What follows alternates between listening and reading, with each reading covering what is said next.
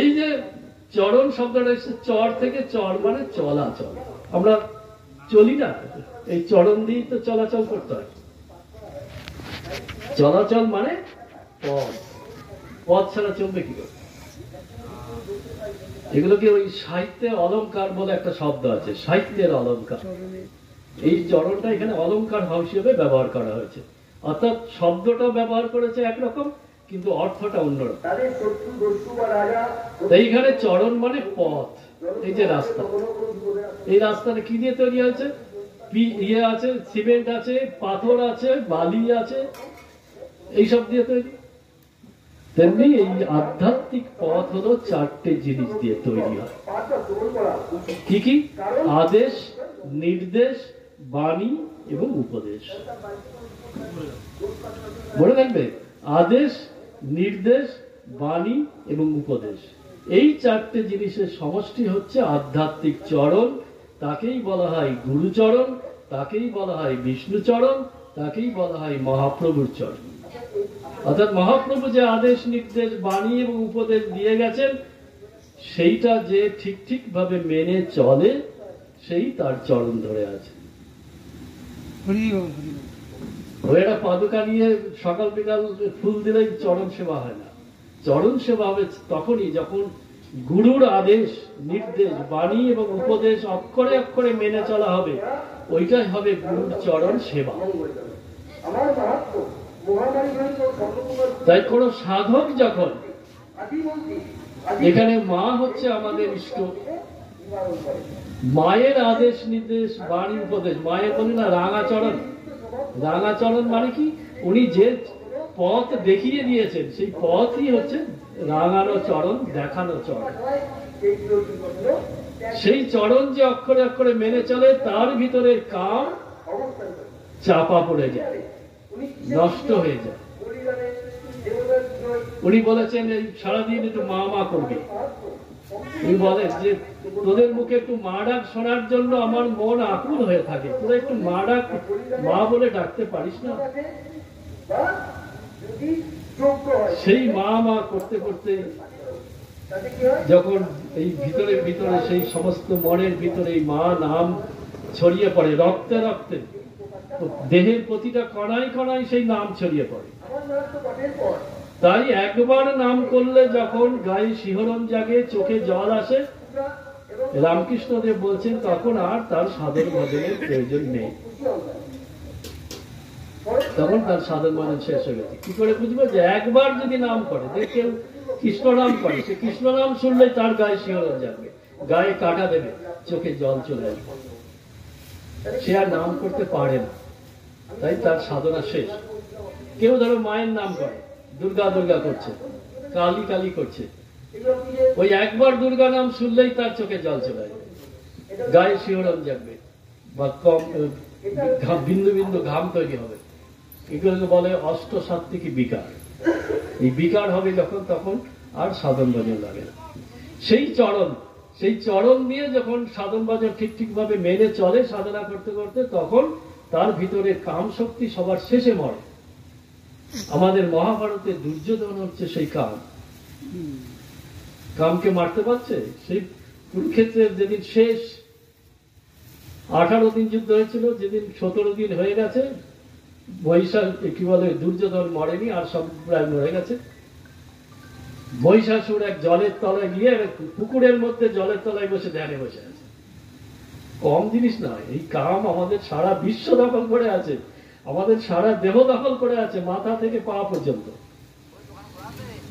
কোন কামনা বাসনা ছাড়া আমাদের মন এক পা এগোয়? কামনা বাসনা ছাড়া আমাদের বুদ্ধি এক পা ফেলে? বুদ্ধি কোনো পা ফেলতে গেলেই ভাবে এটা পাবো, ওটা পাবো, এটা করবো, সেটা করবো, এটা খাবো, ওটা নেব, তাই আমাদের পা এগিয়ে যায়। তাই বলছে স্বর্গমত্ত পাতাল জয় করে নিয়েছে, মনকে জয় করে নিয়েছে।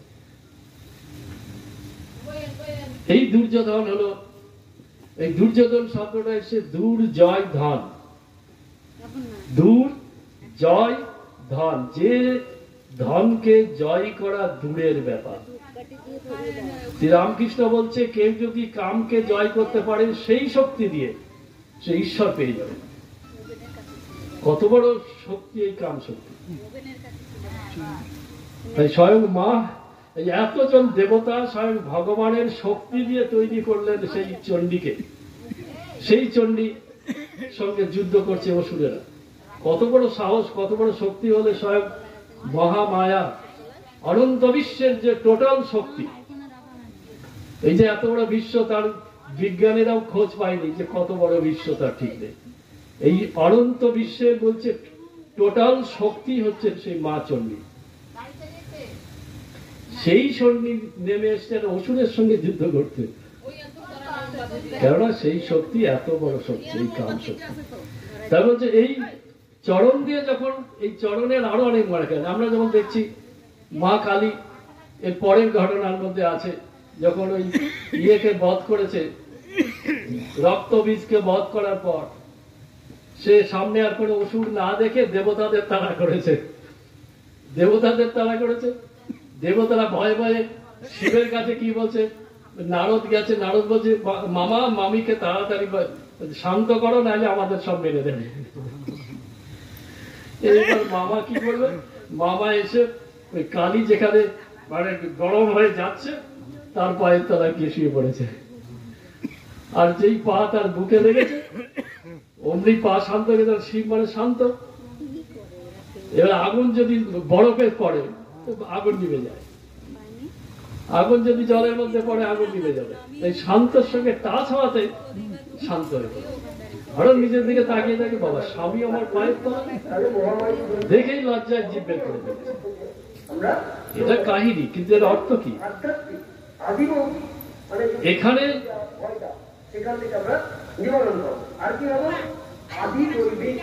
এই যে চরণ, মানে চরণটা তার বুকের উপর পড়েছে, এর মানে কি? এখানে শিব হচ্ছে ভক্ত।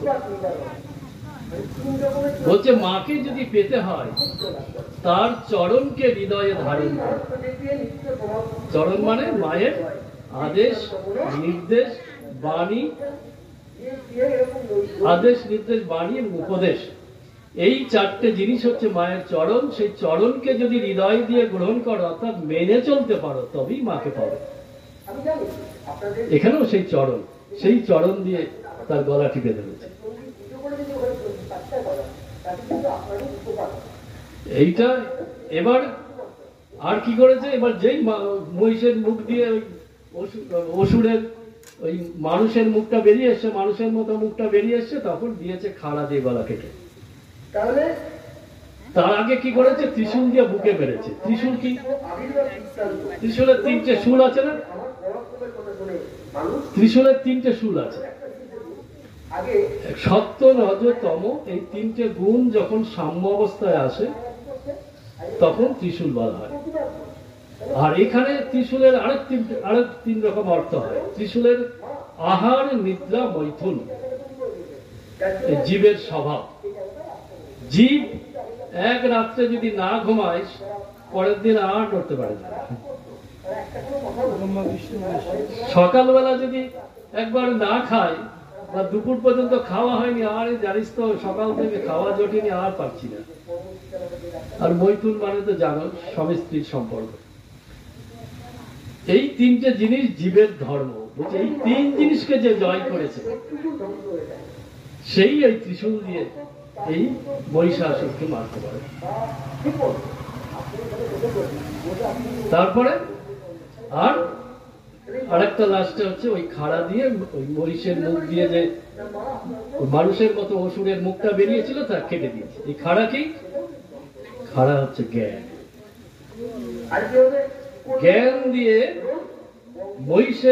মহিষাসুরের মুখ, মাথা কেটে দিয়েছে। মাথা কি?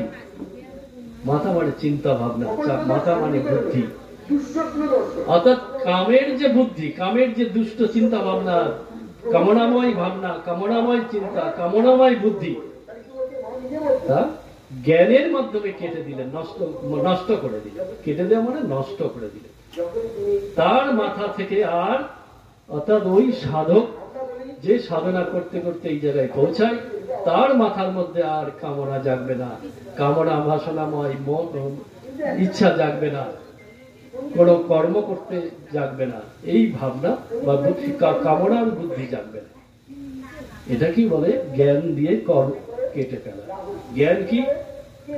জ্ঞান মানে স্কুল কলেজের জ্ঞান নয়, স্কুল কলেজ থেকে যে জ্ঞান লাভ করি সেই জ্ঞান নয়। কোন জ্ঞান? জ্ঞান আছে 7 রকমের। প্রথমে জড় জ্ঞান, মায়া জ্ঞান, দিব্য জ্ঞান, বিশুদ্ধ জ্ঞান, তত্ত্ব জ্ঞান, ব্রহ্ম জ্ঞান আর মহাজ্ঞান। এই 7 রকমের জ্ঞান যখন কারোর মধ্যে জাগ্রত হবে, তখন তার মাথা থেকে সমস্ত কামনা, বাসনা, লোভ, লালসা, দুঃখ, কি বলে, ক্রোধ, মোহ, হিংসা, অহংকার সব বিনষ্ট হয়ে যায়। তখন সে পূর্ণ মানুষ হয়ে গেল, অর্থাৎ তার ভিতরের অসুর মারা গেল, সে মানুষ হয়ে গেল, ভক্ত হয়ে গেল বা সাধু হয়ে গেল। যাক, এইভাবে আজকে মহিষাসুরের বধ হলো।